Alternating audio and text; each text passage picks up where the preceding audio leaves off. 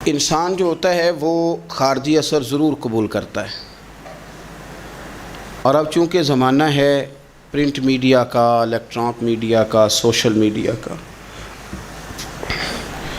تو کسی کونے میں کوئی خبر ہوتی ہے تو وہ پھیل جاتی ہے۔ چیزوں کے اچھے اثرات بھی ہوتے ہیں اور بہت زیادہ برے اثرات بھی ہوتے ہیں۔ ہماری عورتیں گھروں کے اندر بیٹھی تھیں، بہت ساری چیزوں سے آگاہ نہیں ہوتی تھیں،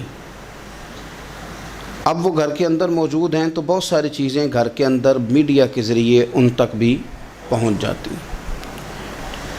خیر کی چیزیں پہنچنا بڑا اچھا ہے، بڑا مبارک ہے، اس سے بہتری پیدا ہوتی ہے، لیکن جب شر پھیلتا ہے نا، شرارت کی جاتی ہے، تو عورت چونکہ اپنی عقل کے لحاظ سے اتنی مضبوط نہیں ہوتی جتنا کہ مرد ہوتا ہے، اور ذہن کے لحاظ سے اتنی پختہ نہیں ہوتی جتنا کہ ایک مرد ہوتا ہے، تو بیچاری اس کا جب اثر قبول کرتی ہے تو وسوسوں کا شکار ہوتی ہے۔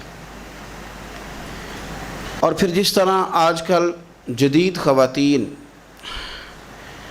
جدت کا لیبل لگا کے سوسائٹی میں آئی ہیں، کہتی ہیں ہم نے سیاسی، سماجی، فلاحی، ملکی، ان سب معاملات کے اندر پورا کردار ادا کرنا ہے، تو وہ چونکہ ایک حسین نعرہ لے کے آتی ہیں، تو ہماری بیٹیاں، بچیاں، بہنیں، مائیں بعض اوقات حالات کے جبر کی وجہ سے، بعض اوقات وسوسوں کی کثرت کی وجہ سے وہ کسی نہ کسی طور پر اس تکلیف کا شکار ہو جاتی ہیں، اور شیطان انہیں اپنی لپیٹ میں لیتا ہے۔ کرنے کا کام یہ ہے کہ عورتوں کو بتایا جائے کہ تمہارا اصل سبق ہے کیا، تمہارا دین کے اندر کردار کیا ہے، تمہاری فضیلت کیا ہے، حقوق کیا ہیں، تمہیں کتنا نوازا گیا ہے، اور تمہارا کردار بڑا شاندار رہا۔ عورتوں کا بڑا تابناک اور خوبصورت کردار رہا ہے دین کے لیے ہمیشہ، بلکہ جتنے لوگ دین کے لیے تیار ہوئے، عالم ہوں، مجاہد ہوں، غازی ہوں، استاد ہوں، حافظ ہوں، ان سب کو تیار کرنے والی مائیں ہیں، اور وہ پوری جد و جہد کے ساتھ بھیجتیں، تیار کرتیں، محنت کرتیں۔ انہوں نے ان کی تیاری میں بھی اور آبیاری میں بھی خوب کردار ادا کیا۔ اب یہ کہ مزید آنے والی نسل میں جو ہماری بیٹیاں ہیں، ان کو ہماری جو اسلاف میں خواتین گزری ہیں، ایک تو ان کے کردار سے ہمیں آگاہ کرانا چاہیے، تاکہ بچیاں بجائے آج کی کسی جدید عورت سے جڑنے کی بجائے وہ سیدہ عائشہ صدیقہ سے جڑیں، وہ سیدہ پاک سیدہ فاطمہ الزہرا سے جڑیں، وہ جو کنیزیں ہیں حضور صلی اللہ علیہ وسلم کے دین کی، حضرت ام سلیم کے ساتھ جڑیں، حضرت ام شریک کے ساتھ جڑیں، حضرت ام عمارہ کے ساتھ جڑیں، انہوں نے جڑنا ہو تو حضرت ام سلمہ کے ساتھ جڑیں، وہ ان سب خواتین کے ساتھ ان کا تعلق مضبوط ہو۔ اور دوسرا یہ بھی ایک بات یاد رکھیں کہ 40، 50، 60 عورتیں کسی جگہ نکل کے کوئی دھما چوکڑی کرتی ہیں تو وہ 22 کروڑ کے ملک میں رہنے والی ہماری پاک ماؤں کی نمائندہ کبھی بھی نہیں ہو سکتی۔ اس لیے دنیا ان کا چہرہ دیکھ کے، بلکہ ان کا مکروہ چہرہ دیکھ کے، ہمارے گھروں میں حیا کا پردہ پہن کے بیٹھنے والی عورتوں کو اس پر کبھی بھی وہ قیاس نہ کریں۔ الحمدللہ آج بھی مائیں پاک دودھ پلاتی ہیں تو رسول اللہ کا نام جپنے والے بیٹے پیدا ہوتے ہیں، تو اس لیے کوئی ایسی مایوسی، کوئی ایسی کمزوری، کوئی یہ نمائندہ نہیں ہے۔ یہ تو چونکہ دنیا میں ہمارے ہاں ہوتا یہ ہے کہ کوئی بندہ کوئی فضول بات کرتا ہے تو میڈیا اس کو کوریج زیادہ دیتا ہے، تو لوگ سمجھتے ہیں پتہ نہیں کیا ہو گیا۔ ایسی کوئی بات نہیں ہے، یہ تو چند لوگ ہیں، وظیفہ خوار ہیں، خریدے ہوئے لوگ ہیں، اور ان کو جان بوجھ کے لا کے یہاں مسلط کیا جاتا ہے، معاذ اللہ پاکستان کی شکل دکھانے میں کچھ اپنے اس میں ملوث ہوتے ہیں، تاکہ ایک بگڑی ہوئی صورت لوگوں کے سامنے پیش کی جائے۔ یہ وطن ہے داتا علی اجویری کا اور بابا فرید الدین مسعود گنج شکر کا، یہ اللہ والوں کا وطن ہے، یہ حضرت محدث اعظم پاکستان کا وطن ہے۔ اس کے اندر اس طرح کے لوگ کس طرح پنپ سکتے ہیں؟ کوئی ان کا وجود نہیں۔ تو قرآن حکیم نے ہمیں کہہ دیا کہ جو بھی نیک عمل کرے وہ مرد ہو یا عورت ہو، تخصیص کوئی نہیں، ہو مومن، مرد ہو چاہے عورت ہو، فَلَنُحْيِيَنَّهُ حَيَاةً طَيِّبَةً، ہم اسے پاکیزہ زندگی عطا فرمائیں گے۔ اللہ کے پیارے رسول صلی اللہ تعالیٰ علیہ وسلم نے ارشاد فرمایا، حضور علیہ السلام ارشاد فرماتے ہیں کہ مختصر سی بات ہے، مسند امام احمد بن حنبل میں، انسان کے لیے جنت میں چلے جانا نا بہت بڑی کامیابی ہے۔ کیوں؟ اس لیے کہ اللہ کا دیدار بھی جنت میں اور مدینے والے محبوب کا قرب بھی جنت میں نصیب ہوگا۔ رسول کائنات علیہ السلام کے قرب میں بھی جگہ وہیں جنت میں ملے گی، وہیں سب اللہ والوں کی زیارت ہے، وہیں سب کے لیے انعامات ہے، وہیں سب کا بسیرا ہے۔ قرآن مجید نے کہا اصحاب الجنتی ہم الفائزون، اصحاب الجنتی ہم الفائزون، یہ جو جنتی ہیں یہ کامیاب لوگ ہیں۔ تو نبی پاک صلی اللہ علیہ وسلم نے مختصر بات ارشاد فرمائی مسند امام احمد بن حنبل میں۔ حضور فرمانے لگے عورت 5 نمازیں پڑھے، اپنے روزوں کی حفاظت کرے، یعنی رمضان کے روزے رکھے، فرمایا اپنے خامند کی اطاعت کرے، نماز روزے کی پابندی کرے، خامند کی اطاعت کرے اور اپنی شرمگاہ کی حفاظت کرے، تو حضور فرماتے ہیں پھر قیامت والے دن نہ اس کے لیے جنت کھول دی جائے گی، وہ جس دروازے سے چاہے جنت میں داخل ہو جائے۔ پھر کھول دیا اللہ تعالیٰ نے اس کے لیے۔ 2 ہی باتیں، ایک یہ کہ نماز روزے کا خیال کرے، خامد کی اطاعت کرے، شرمگاہ کی حفاظت کرے، تو جنت کے جس دروازے سے وہ چاہے گی نا اس کو داخلہ دے دیا جائے گا۔ تو عورتوں نے بڑے مضبوط ایمان کا مظاہرہ کیا ہے، مضبوط ایمان کا۔ پہلی مثال دیتا ہوں جناب ہاجرہ کی۔ حضرت ہاجرہ رضی اللہ تعالی عنہا حضرت اسماعیل علیہ السلام کی والدہ ہیں، جناب ابراہیم خلیل اللہ علیہ السلام کی اہلیہ ہیں۔ میں نے پہلے بھی ایک دفعہ کہا تھا، پھر کہتا ہوں کہ آج کل نا کاکروچ دیکھ کے، چھپکلی دیکھ کے چیخ مارنا، یہ خوف نہیں، یہ فیشن ہے۔ اسے پتہ چلتا ہے کہ یہ برگر فیملی ہے، اسے پتہ چلتا ہے یہ امیر لوگ ہیں، یعنی کاکروچ کھا جاتا ہے کہ چھپکلی کھا جاتی ہے، لیکن یہ نا جی وہ جی ہمارا بچہ چیخ مارتا ہے اس کو دیکھ کے، کیا مطلب ہے بڑا پڑھا لکھا ہے جی، بڑی سوبر فیملی۔ یہ پڑھے لکھے نہیں، یہ بزدل ہونے کی علامت۔ کمزور پڑھنا، ڈرنا، خوف کھانا، اللہ تبارک و تعالیٰ پر ایمان رکھتے ہوئے توکل میں کمزوری کرنا، معاذ اللہ۔ مسلمان کا تو یہ نظریہ نہیں نہ ہوتا، اور مسلمان عورتوں کا ہر وقت رونا کہ نصیب پتہ نہیں کیسے ہوں گے، پتہ نہیں کیا بنے گا، میرا تو کچھ بان ہی نہیں رہا، جب بات کرنا رو کے کرنا، جب سنانا دکھ ہی سنانا۔ یہی حال ماں کا ہے، یہی بہن کا ہے، یہی بیٹی کا ہے، الا ماشاءاللہ کچھ اچھی بھی ہیں۔ تو اس قدر زیادہ کمزور نظریات مسلمان عورتوں کے نہیں ہوتے، اور پھر ساری زندگی اگر یاد کرنا ہے تو دکھ یاد کرنا ہے، سکھ نہیں یاد کرنا۔ زندگی کے اندر جہاں کسی جگہ آزمائش آئی اس کا ذکر روز کرنا ہے، اور جو آسانی آئی ان کو بھول جانا ہے۔ حضرت ہاجرہ کو جناب ابراہیم خلیل اللہ علیہ السلام چھوٹا سا بیٹا دے کے وادی غیر ذی زرعین میں چھوڑ آئے، اتنی سی کھجوریں، ایک مشکیزہ پانی کا۔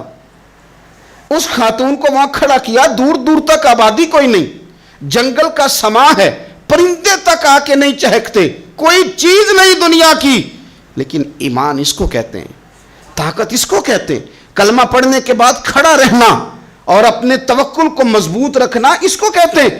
حضرت ابراہیم واپس لوٹ رہے تھے تو جناب ہاجرہ نے ایک سوال پوچھا، بس ایک۔ جناب ہاجرہ عرض کرتی ہیں اللہ کے خلیل، یہ اپنی مرضی سے چھوڑ کے جا رہے ہو کہ رب کا حکم ہے؟ میرے مالک کی میرے بارے میں یہی فیصلہ ہے، یہی رضا ہے، یا آپ اپنی مرضی سے چھوڑ کے جا رہے ہیں؟ تو جناب خلیل علیہ السلام فرمانے لگے ہاجرہ نہیں، یہ رب کا فیصلہ ہے، یہ اللہ کی رضا ہے۔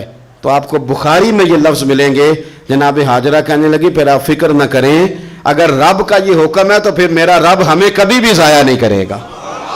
یہ مضبوطی ایمان کی، یہ مضبوطی، رب پھر ہمیں کبھی ضائع۔ او میرے ملت کی بیٹیوں اور بہنوں، ساری امیدیں خامن سے کیوں لگاتی ہو؟ ساری امیدیں بیٹے اور بھائی سے کیوں لگاتی ہو؟ ساری امیدیں دنیا سے کیوں لگاتی ہو؟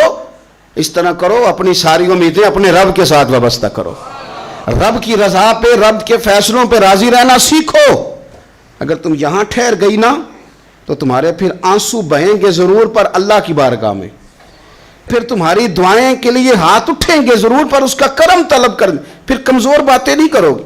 جس طرح ایمان عورتوں کا مضبوط تھا، اسی طرح ہماری جو اسلاف میں خواتین گزری ہیں، صحابیات، ان کا نا تبلیغ کا جذبہ بھی بڑا مضبوط تھا، بڑا مضبوط تبلیغ کا جذبہ۔ حضرت ام شریک رضی اللہ تعالی عنہا قبیلہ بنو عامر سے تعلق رکھتی تھی، پر مکے میں آئی ہوئی تھی، گھر گھر جا کے رسول اللہ کا دین بتاتی۔ ان دنوں میں نہیں جن دنوں میں پھول پھینکے جاتے ہیں تبلیغ کرنے والوں پر، جن دنوں میں نعرے لگتے ہیں ان دنوں میں نہیں، ان دنوں میں جب چھپ چھپ کے لوگ دین کی بات کرتے تھے۔ حضرت زید بن ارقم رضی اللہ تعالیٰ عنہ کے گھر میں لوگ بیٹھ کے دین سیکھتے تھے. یہ خاتون مجھے آج کہہ لینے دیں یار, مجھے کہہ لینے دیں, ووٹوں کی ضرورت ہو تو عورتیں گھر گھر چلی جاتی ہیں, ایک سیٹ کی ضرورت ہو تو بیویوں کو گھر گھر بھیج لیا جاتا ہے.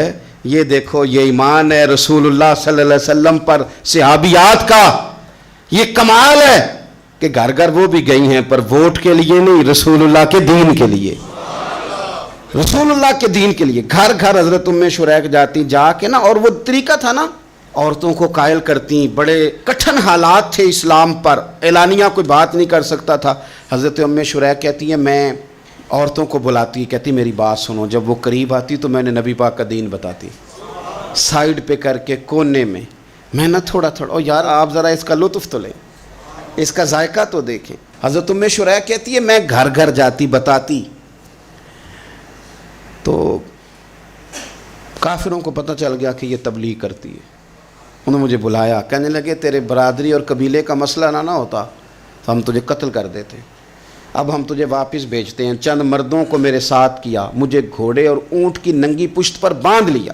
ننگی پشت پر لمبا سفر کرنا مشکل ہوتا ہے, پسینہ آئے, بڑی تکلیف ہوتی ہے گھوڑے پر بیٹھ. اب وہ کوئی کجاوا نہیں, کوئی چیز نہیں, اسی طرح باندھ کے لے گئے.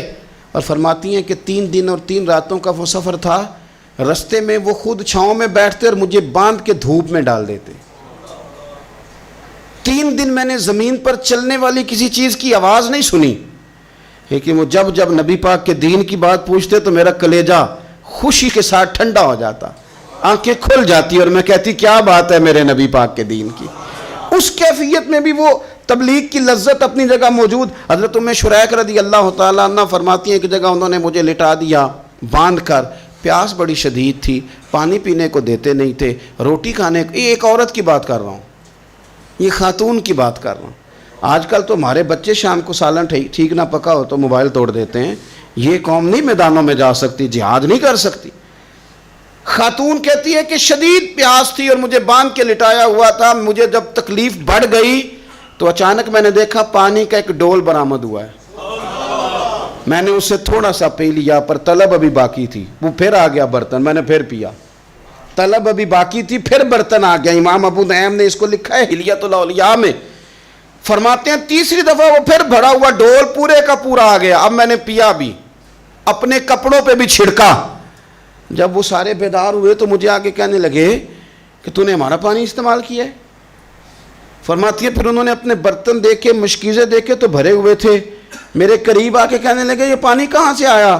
تو میں نے کہا تم ابھی میرا عقیدہ نہیں سمجھے, یہ میرے رب نے مجھے دیا ہے, میرے رب نے مجھے دیا. فرماتی ہے مجھے باندھ کے لے جا رہے تھے, پر جب میری بات سنی نا تو بول کے کہنے لگے ہمیں سمجھ آ گئی ہے, تیرا دین ہمارے دین سے بہتر ہے, تیرا عقیدہ ہمارے عقیدے سے بہتر ہے. اور ایک روایت میں یوں بھی ہے کہ وہ باندھ کے لے جا رہے تھے, پر یہ کمال دیکھا تو کلمہ پڑھ کے مدینے والے کے غلام بن گئے.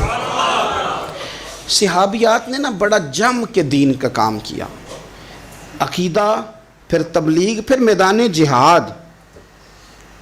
عورتیں جہاد میں جایا کرتی تھیں, وہ زخمیوں کو پانی پلاتی تھیں, مرہم پٹی کرتی تھیں.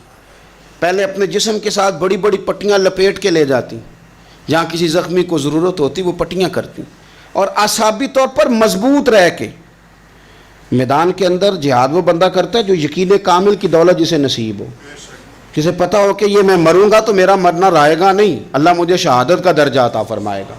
لیکن اگر یہیں سے بندہ اپنے آپ کو مطمئن نہ کر سکے تو میدان میں جائے گا. یقین کامل ہو, اگر ہو یقین کامل پیدا تو پھر کٹ جاتی ہیں زنجیریں, پھر انسان آگے مضبوطی سے آگے بڑھتا ہے. نبی پاک صلی اللہ علیہ وسلم جب جہاد کے لیے تشریف لے جاتے نا تو عورتوں پر کسی نہ کسی شخص کو نمائندہ بنا کے چھوڑ کے جاتے تھے. ایک دفعہ مولا علی شیر خدا کو بھی چھوڑ کے گئے, حضرت عبداللہ ابن مختوم رضی اللہ تعالیٰ عنہ کو بھی ایک دفعہ چھوڑ کے گئے. ایک موقع پر نا حضور نے عورتوں کو ایک جگہ پہ چھوڑا پیچھے, تو وہ قلعہ تھا حضرت حسان بن ثابت رضی اللہ تعالیٰ عنہ, بڑا مضبوط قلعہ تھا. اس قلعے کے اندر خواتین ساری محفوظ کر کے ان کو وہاں بٹھا دیا گیا. حضور جہاد کے لیے چلے گئے. اب وہاں قلعے میں عورتوں کو اس لیے رکھا گیا تھا کہ یہاں یہودی بھی ہیں, تو ایسا نہ ہو کہ ہم باہر لڑیں تو وہ اندر سے کوئی شرارت کر دیں, لہٰذا عورتیں محفوظ رہیں. حضرت حسان بن ثابت رضی اللہ تعالیٰ عنہ کی ڈیوٹی تھی تلوار لے کے حفاظت کرنے کی، تو ایک یہودی آ گیا، وہ اب ٹو کرنے لگا، تجسس کرنے لگا کہ یہاں عورتیں ہیں تو کوئی مرد بھی ہے کہ نہیں، دائیں بائیں دیکھنے لگا۔ حضرت صفیہ رضی اللہ تعالیٰ عنہ نے توجہ کی اور جناب حسان بن ثابت سے کہنے لے 1 منٹ لگا اس کی گردن مار دے، ایسا نہ ہو کہ یہ جا کے بتا دے، گردن اڑا دے۔ حضرت حسان بن ثابت ذرا تھوڑی کوشش کرنے لگے، ارادہ کرنے لگے، آگے بڑھنے لگے، تو ابھی وہ تیاری میں ہی تھے تو حضرت صفیہ رضی اللہ تعالیٰ عنہ خود نکلیں پیچھے سے ہو کے، ذرا سا ایک ستون کے پیچھے چھپیں، ہاتھ میں بڑا سا ڈنڈا پکڑا، وہ آپ کے قریب سے گزرنے لگا۔ تو یہ خاتون کی بات کر رہا ہوں، خاتون کی، کسی مرد کی ضرورت ہے عورت کو تنگ کر جائے؟ شرط یہ ہے کہ عورت کے اندر بھی تو غیرت ایمانی ہو نا، اس کے اندر بھی تو وہ قوت ہو نا، ایسا نہ ہو کہ وہ کمزور پڑ جائے۔ ہاتھ کے اندر ڈنڈا تھا، جب وہ یہودی پاس سے گزرنے لگا تو اللہ اکبر کہہ کہ بی بی نے اتنے زور سے مارا ڈنڈا، حضور کی پھپھو نے ایک ہی ڈنڈا کھایا اور وہ زمین پہ ڈھیر ہو گیا۔ حضرت صفیہ نکلیں اور جناب حسان بن ثابت سے کہنے لگی مجھے آتی ہے شرم، کیونکہ جب کسی کو مار دیا جائے تو اس کا مال مال غنیمت ہے نا کافر کا، اب اس کی زرہ اتارنی ہے، اس کی تلوار لینی ہے۔ فرمایا مجھے شرم آتی ہے، وہ مرد ہے، اس طرح کرو مار میں نے دیا ہے، سامان تم اتار کے لے آؤ۔ یہ قوت تھی مسلمان عورتوں کے اندر، یہ شوق تھا، یہ جذبہ تھا۔ ہمارے ہاں نا وہ روز روز کی کمزوریاں، عورتوں کا روز آنسو بہانا اور جہاں بھی سنانا دکھ ہی سنانا، اس نے انہیں کمزور کر دیا ہے۔ آپ کے ذہن پہ چیزیں سوار ہو جاتی ہیں نا، تو یہ جو مرد زیادہ رہتے ہیں نا عورتوں کے ساتھ، زیادہ وقت گزارتے ہیں، زیادہ داستانیں سنتے ہیں، ان میں وہ ساری چیزیں پیدا ہو جاتی ہیں۔ آپ نے ناراض نہیں ہونا، میں دعوے سے کہتا ہوں کہ جو جوان اپنی اماں کے اور ابا کے شکوے کرنے لگ جاتا ہے نا، اس نے 1.5 گھنٹہ باتیں سنی ہیں بی بی کی، ایسے مفت میں نہیں شکوے کر رہا، اس نے ہلکا ہلکا کہیں جی بھی کیا ہے، تو تب یہ ساری کہانیوں نے جنم لیا۔ آپ جس کی صحبت میں بیٹھیں گے اس کا کچھ نہ کچھ اثر ہے، بلکہ عارف رومی تو کہتے ہیں کہ شیر کے بچے کو بکریوں میں چھوڑ دو، بکری بن جائے گا۔ شیر کے بچے کو بکریوں میں چھوڑو، وہ بکری ہے، اس لیے کہ شیروں کی صحبت بندے کو شیر بناتی ہے۔ تو جب بیٹھنا ہی نہیں ہے، باتیں ہی سارا دن یہ والی سننی ہے، ہر وقت رہنا ہی اسی داستان میں، پھر کمزور باتیں، پھر اپنے ماضی کے دکھ، پھر پتہ نہیں کیا۔ آپ نے ناراض نہیں ہونا، میں بعض جوانوں کی باتیں سن کے میرا دل کرتا ہے کہ اسے کہوں یار تو کیا بات کر رہا ہے، اپنا قد دیکھ، تو اپنی عمر دیکھ، رب نے تجھے مرد بنایا ہے، تو کمال آدمی ہے، تو کھڑا ہو۔ اگر اس طرح امت مسلمہ کے نوجوان رہیں گے تو میدانوں میں کس نے نکلنا ہے؟ بات بات پہ رو جانا، بات بات پہ سہم جانا، حالات کے سہمے ہوئے لوگوں کو بتا دو حالات بدل جاتے ہیں، ایک جیسے نہیں رہتے۔ آپ کی طبیعت میں دلیری اور وقار ہونا چاہیے۔ حضرت اسماء بنت ابی بکر صدیق، حضرت صدیق اکبر رضی اللہ تعالی عنہ کی وہ صاحبزادی ہیں جو حضرت عائشہ کی بڑی ہمشیرہ ہیں۔ رات کو غار ثور میں مرد جاتے ڈرتے ہیں، آج بھی ڈرتے ہیں، اور جناب اسماء نبی پاک کی روٹی لے کے جایا کرتی تھی۔ پھر اللہ نے ان کو بیٹا دیا، حضرت عبداللہ بن زبیر، یہ حضور کی پھپھی کے نواسے ہیں، حضرت زبیر بن عوام عشرہ مبشرہ صحابی ہیں، ان کے بیٹے ہیں، اور یہ وہ خوش بخت جوان ہے جس کو گٹی نبی پاک نے اپنے لعاب دہن سے عطا فرمائی۔ یزیدی فوجوں کے خلاف امام حسین کے بعد جو آدمی باقاعدہ مرتب فوج کے ساتھ میدان میں آئے وہ حضرت عبداللہ ابن زبیر ہیں، مرتب کر کے اپنا لشکر لے کے نکلے۔ حضرت اسماء بوڑھی ہو گئی تھی، 90 سال عمر تھی، نظر نہیں آتا تھا۔ حضرت عبداللہ ابن زبیر جب لڑے یزیدی فوجوں کے خلاف تو کچھ ساتھی شہید ہو گئے، کچھ کے قدم پیچھے ہٹ گئے۔ حضرت عبداللہ ابن زبیر ماں کے پاس آئے اور ماں سے آ کے کہتے ہیں اماں میرے کچھ ساتھی کمزور پڑ گئے، کچھ شہید ہو گئے، اور یہ بڑے سخت لوگوں کی فوج سے ہمارا مقابلہ ہے، تو اس وقت تیرے ساتھ کوئی خدمت گزار نہیں، میں تیرا اکیلا سہارا ہوں، ماں تو بتا میں کیا کروں، آگے جاؤں کہ واپس مڑوں؟ نابینا ہیں حضرت اسماء، عمر ہے 90 سال، بیٹے کی پشت پہ ہاتھ رکھ کے کہتی ہیں پتر پہلے یہ بتا کہ تو حق پہ ہے کہ نہیں، تو حق پہ ہے کہ نہیں؟ ان ماؤں کی گود میں اسلام پلا کرتا تھا، حق پہ ہے کہ نہیں؟ تو حضرت عبداللہ ابن زبیر کہنے لگے اماں میں حق میں ہوں۔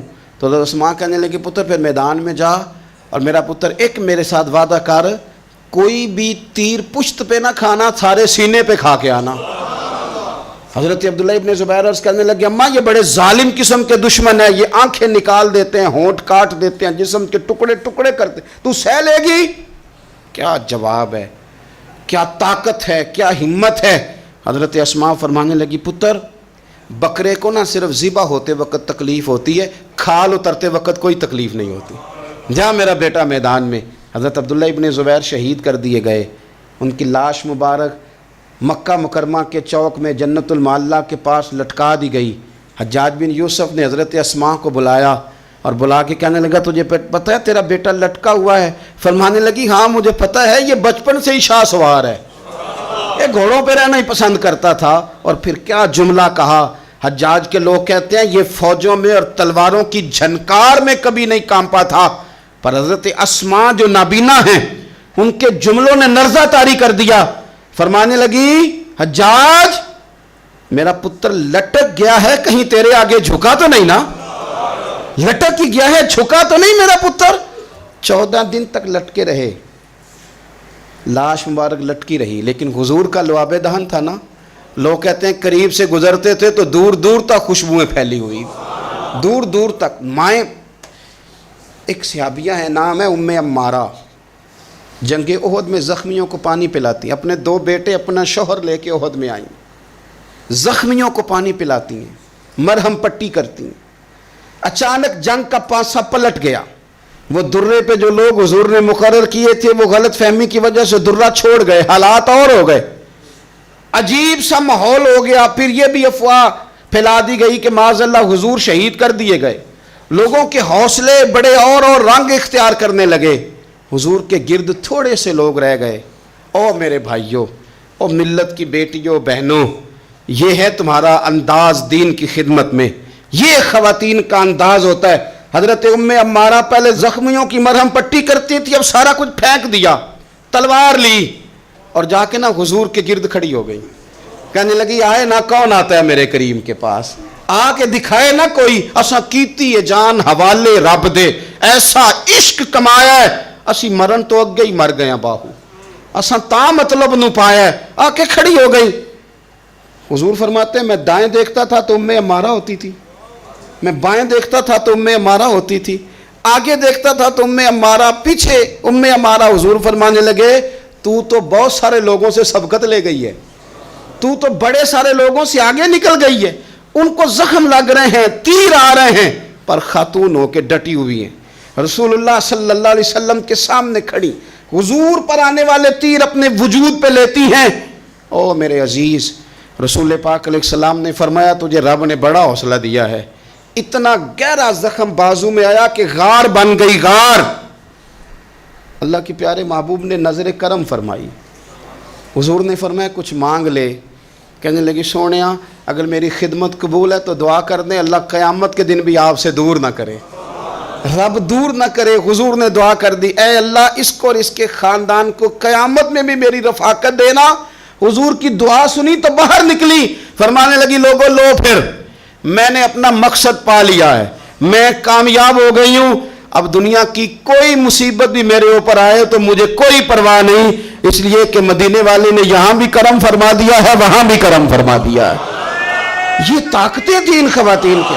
ایک تابعی بزرگ تھے حضرت ابو عبد الرحمن فروغ، صاحب تاریخ بغداد نے لکھا ہے وہ جہاد پہ چلے گئے، 30,000 دینار اپنی بیوی کو جاتے دفعہ دے گئے، کہنے لگے لو پاس رکھ لو، اور بیٹا بھی ماں کی گود میں ہی تھا، کچھ نے لکھا پیدا ہو چکے تھے، کچھ کا کہنا ہے کہ ان کے جانے کے 1-2 ماہ بعد بیٹے کی ولادت ہوئی، اور بیٹے کا نام کیا ہے ربیعہ بن ابو عبد الرحمن، اور یہ بیٹے وہ ہیں جو حضرت امام مالک جیسے لوگوں کے استاد ہیں، حضرت حسن بصری جیسے لوگوں نے ان سے پڑھا، خود جہاد پہ چلے گئے۔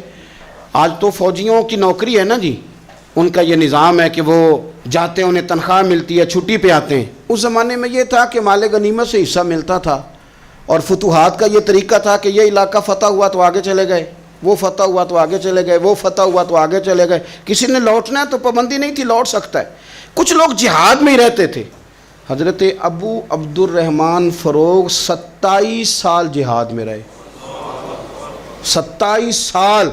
یہاں تو خاوند باہر ہو تو بہت ساری عورتیں کہہ دیتی ہیں کہ تیرے ابے نے تو صرف پیسے کمائے ہیں، مصیبتیں تو ساری میں نے دیکھی ہیں، معاذ اللہ بعض جگہ، سب نہیں لیکن بعض جگہ کہہ دیتی ہیں کہ وقت تے سارے میں کیتے۔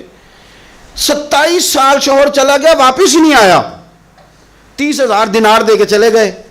27 سال کے بعد خیال آیا گھر کا، اب بیٹا محدث بن گیا، عالم بن گیا، اور کمال یہ کہ رہتے کہاں تھے؟ حضور کے مدینے میں، مدینہ النبی میں، مدینہ منورہ میں صلی اللہ تعالی علیہ وسلم۔ اور ان کے صاحبزادے حضرت ربیہ یہ مسجد نبی میں، حضور کی مسجد میں بیٹھ کے نبی پاک کی حدیث پڑھایا کرتے۔ آئے گھر، دروازے پہ دستک دی، صاحبزادے نے دروازہ کھولا، نہ باپ بیٹے کو پہچانتا ہے نہ بیٹا باپ کو۔ جناب ابو عبد الرحمن اندر داخل ہونے لگے تو صاحبزادے نے کہا بوڑھے میاں میرے گھر میں بغیر اجازت کے کیوں داخل ہو رہے ہیں؟ تو وہ کہنے لگے تو بتا، تو نے میرے گھر پہ قبضہ کیوں کر رکھا ہے؟ اب جب بات زیادہ بڑھ گئی تو دونوں جانب سے لوگ جمع ہو گئے، شور اٹھا تو اندر سے والدہ نے سنا، پردہ سرکا کے دیکھا کہ میرے شوہر آ گئے 27 سال کے بعد، 27 سال کے بعد۔ آپ اپنے صاحبزادے سے کہنے لگی بیٹا ان کو اندر آنے جو، تمہارے والد ہیں۔ بڑا روئے باپ بیٹا، بڑا روئے۔ ماں اور بیٹے کی محبت کا بھی اندازہ نہیں، پر قرآن پاک پڑھے نا تو دو مثالیں باپ اور بیٹے کے پیار کی بھی ملتی ہیں۔ ایک حضرت یعقوب علیہ السلام کا جناب یوسف سے پیار، اور ایک حضرت ابراہیم کا حضرت اسماعیل سے پیار، اور جناب اسماعیل کی جناب ابراہیم کی فرما برداری کی مثال، اس کا بھی جواب کوئی نہیں۔ باپ اتنا رو رہے ہیں اور بیٹے کی یاد میں، اس کا بھی اندازہ کوئی نہیں کر سکتا۔ باپ بیٹا مل کے بڑا روئے۔ عصر کی نماز کا وقت ہو گیا، حضرت ربیہ جو محدث ہیں وہ وضو کر کے مسجد شریف چلے گئے۔ یہ ابھی چونکہ سفر سے آئے تھے، انہوں نے کھانا وانا کھایا، تھوڑی دیر بیت گئی تو یہ نہیں پوچھا پیچھے حال کیا رہا، پوچھتے ہیں اپنی بیوی سے میرے 30,000 دینار کہاں ہیں؟ تو اہلیہ کہنے لگی مسجد جائیں نا، حضور کی مسجد میں عصر پڑھ کے آئیں، پھر میں بتاتی ہوں پیسے کہاں ہیں۔ حضرت ربیہ نے امامہ باندھا، جبہ پہنا، حضور کی مسجد میں بیٹھے اور حدیث پاک کا درس دے رہے ہیں۔ سامنے حضرت حسن بصری جیسے، امام مالک جیسے لوگ بیٹھے ہیں۔ حضرت ابو عبد الرحمن فروغ جو ان کے والد تھے، عصر کی نماز پڑھ کے نا تو پوچھتے ہیں ایک شخص سے، یہ کون ہے نوجوان کالی داڑھی والا، عمر زیادہ نہیں پر کس طرح شوق سے حضور کا دین بیان کر رہا ہے، کون ہے؟ تو بتانے والے نے کہا کہ حضور ایک نا ابو عبد الرحمن نام کے بزرگ ہیں، وہ 27 سال سے جہاد میں گئے ہوئے، یہ ان کا بیٹا ہے۔ یہ سنا کہ میرا پتر اتنا بڑا عالم، چھم چھم آنسو بہے، داڑھی بھر گئی آنسو، حضور کی مسجد میں تشکر کے آنسو، خوب روئے، خوب روئے۔ اٹھے گھر گئے، اور جب آنسوؤں بھرا چہرہ لے کے گھر آئے تو اماں ساری بات ہی سمجھ گئی، کہنے لگی دیکھا ہے وہ بیٹے کو حدیث پڑھاتے، اب پتہ چلا میں نے آپ کے 30,000 دینار کہاں خرچ کیے، میں نے آپ کا پیسہ ضائع تو نہیں کیا۔ تو حضرت ابو عبد الرحمن فروغ فرمانے لگے رب تجھے صلہ دے اور میری طرف سے بھی دے، تو نے تو کمال کر دیا ہے، حدیث تیرا بیٹا پڑھا رہا تھا اور قد میرا اونچا ہوتا جا رہا تھا، سبق تیرا بیٹا دے رہا تھا اور یوں لگ رہا تھا کہ درجے میرے بلند ہو رہے ہیں۔ تو ماؤں نے کمال کیا، انقلاب کیا، بیٹیوں نے بہنوں نے دین کے لیے ہمیشہ اپنا کردار پیش کیا ہے۔ لہذا ان چند ایک وظیفہ خار اور ناپاک عزائم والے لوگوں کو سامنے رکھ کے ملت کی بیٹیوں کو قیاس نہ کیا جائے۔ آخر دعوانا الحمدللہ رب العالمین۔